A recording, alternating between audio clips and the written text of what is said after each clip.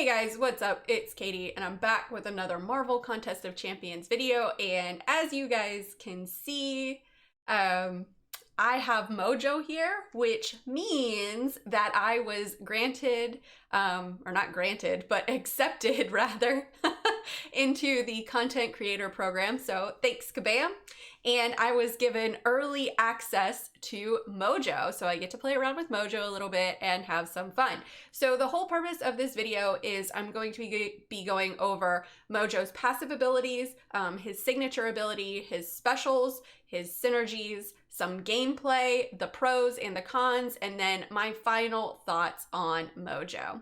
So Mojo is kind of an interesting character in the fact that he has these prompts that you have to complete. Now these prompts, they last for a total of 8 seconds and either you or your opponent can complete them.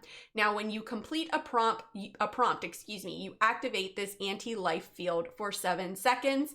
And now these are the prompts, and they can be kind of hard to see. So Kat Murdoch, she's, I guess I can say fellow CCP member now. She was kind enough to make this awesome picture that has all of their little icons and what they do. And that's important because sometimes it can be kind of hard to see the prompt, but it'll still display the little buff. So if you know what the buff is, then you know what the prompt is and it's easier to complete. If you want to replace a prompt, or you can't, you want to replace a prompt, I can't talk, and because you don't think you can complete it, all you have to do is charge a heavy or launch your special 3. Okay, so these prompts, they're kind of cool. So as you can see here, MODOK is fighting Wolverine, and there was the prompt of charge the heavy, and it's like that little fist. So we charge the heavy and boom, we activate the anti-life field.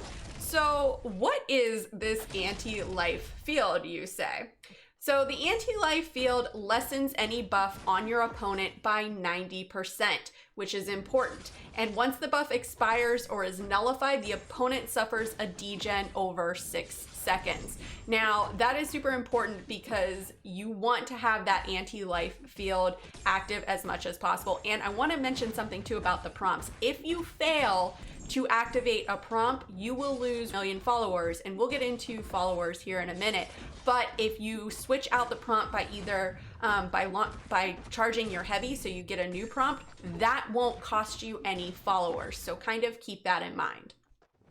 So speaking of followers, as I mentioned earlier, Mojo has both followers and subscribers. Now subscribers, those are his persistent charges. So if you saw in that little picture, he had a 1. That's because he had 1 persistent charge. Now, we'll talk about his subscribers later, but first let's talk about followers, because let's face it, you can't have subscribers without followers, right? Right. So he gains followers by completing prompts. Now, the more followers he has, the more things that he can do. So, you know, here we see at 1 million followers, he regens 3% of his missing health over 2 seconds. At 3 million, he gains up to 50% of a bar of power. And then that is once the prompt is completed. Now, this is important because Mojo gains 30% less power from landing hits. So with champs like this, you know, we've got that with Havoc and Arcus, just to name a few. There are ways around this, and for Mojo, having 3 million followers is one, and there is another one, but we'll talk about that later on. So now back to followers. At 5 million, he places a hater debuff on the opponent for 20 seconds, and basic attacks have a 15% chance to place. But haters have no effect on your opponent. I'm not sure why the hater buff is there, but as Taylor says, okay, so let's talk his sig ability. So he needs the awakening and a high sig from what I can tell. So that's kind of a drawback. So when he has 5 million followers and his anti-life field is activated, he gains a fury buff for the duration of his anti-life field. This is important because his stats are, well, pretty average, and his physical resistance is meh. So they really weren't lying when they called him a spineless one. I mean, he is super squishy. Okay, but back to his subscribers. So like I said before, these are his persistent charges. He starts the quest with 1 and can have a max of 5. He gets these by winning fights with more followers than subscribers. So if you end the fight with 5 million followers, which will be a 5 buff, you will start the next fight with 2 subscribers. No, it won't jump up to 5, unfortunately.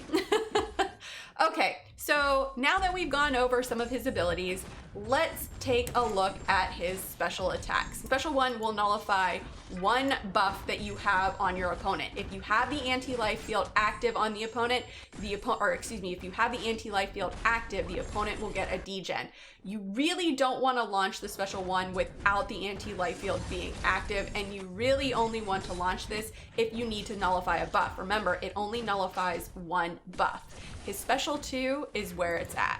So his special 2 is where having the maximum number of followers possible is where you want to be when completing a prompt. So he places a degen on the opponent. If the anti-life field isn't active, you'll place 1 degen on the opponent.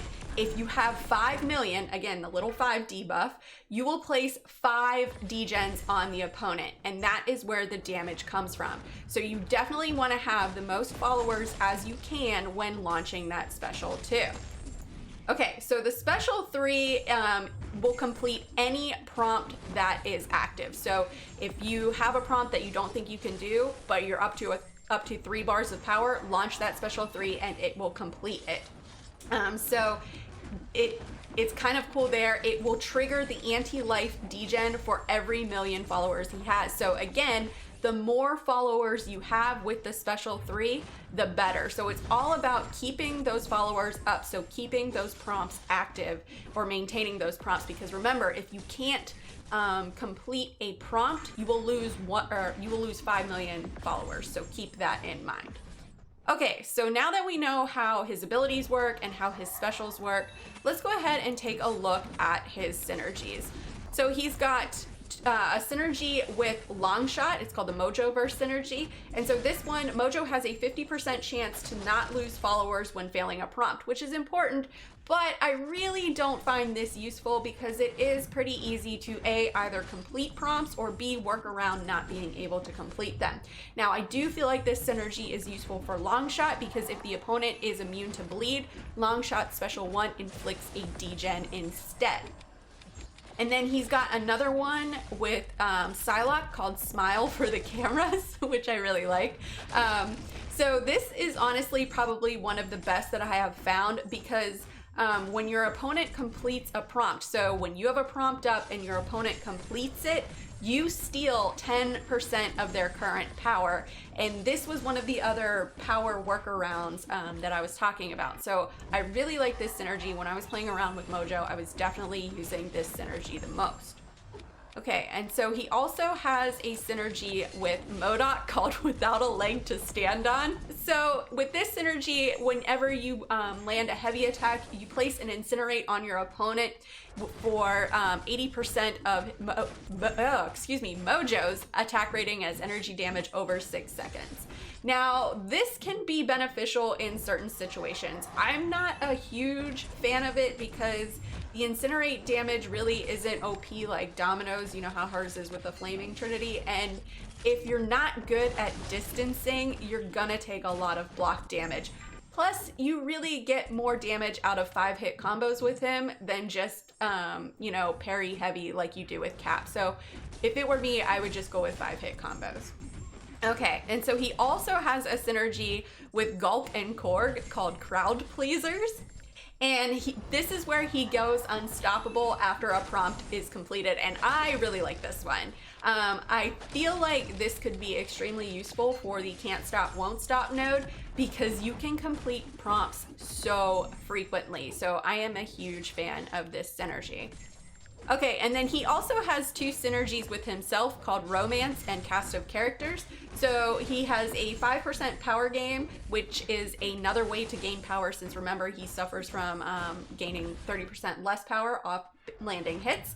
And also his Cast of Characters is where all champions except MODOK gain 7% offensive power rate. So this could be really useful for the power reserve node, so it can allow you to reach your specials quicker, so that, you know, that node is the node that you can only do damage off specials. So that is kind of cool that he has that synergy with himself that extends to other champions, much like Nick does, sort of.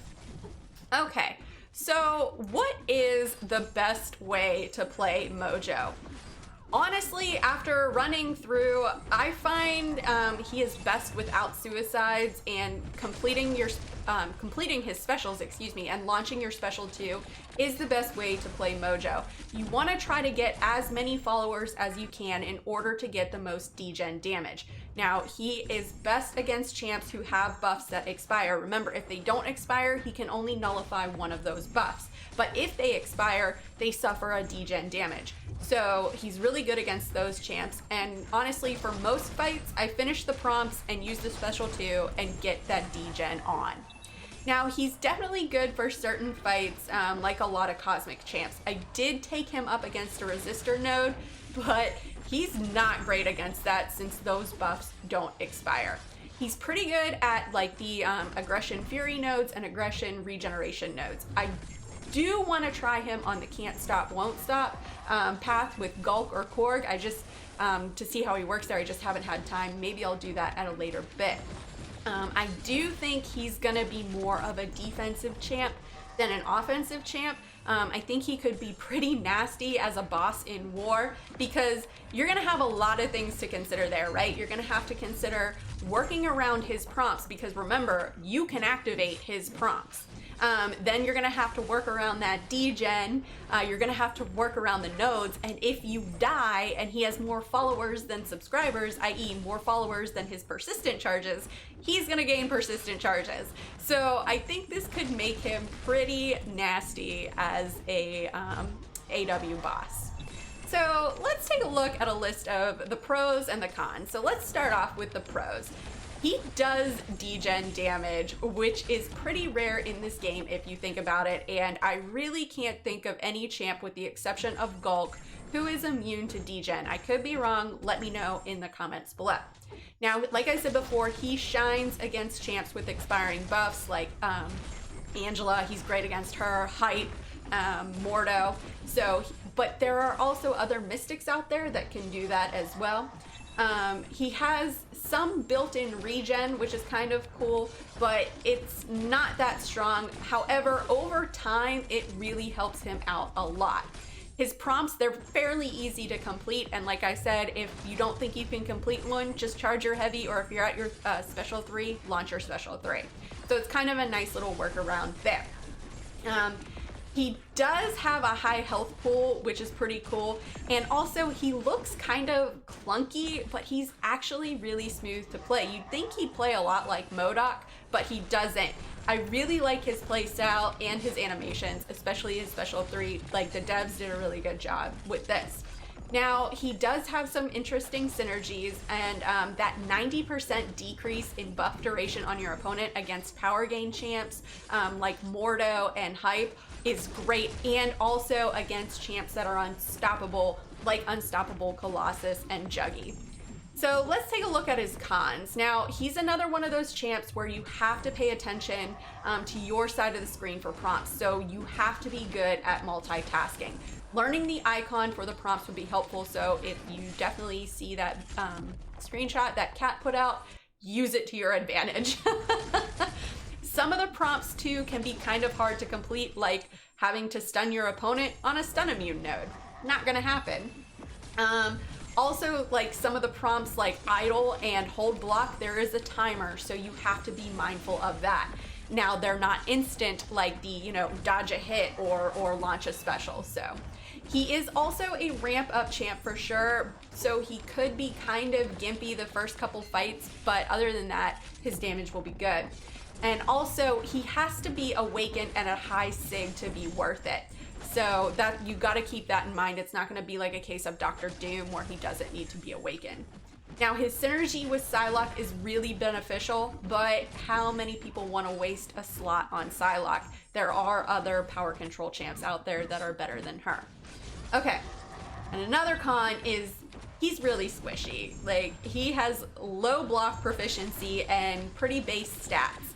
And then my next con, and my final con, I should say, is subjective. It's really just mine and mine alone. You may agree or disagree, and that's totally fine. He's not suicide friendly. While he does have regen, he has no immunities, and you do need to throw specials with him. So where do I rate Mojo? I'm gonna give Mojo 5.5 candies out of 10. So that is my review of Mojo. Now, remember, this is my first content creator video, and I just had him briefly. I'm sure we'll learn more about him as others get him, whether it be in arena or through crystals, and they may find something I missed, and that's totally great. If you do, let me know. But this is just basically my initial thoughts on him, and you know, that could very well change. I will be putting out some other videos about him at a later time, so stay tuned for those. But anyways, guys, that's all that I got on my initial thoughts on Mojo.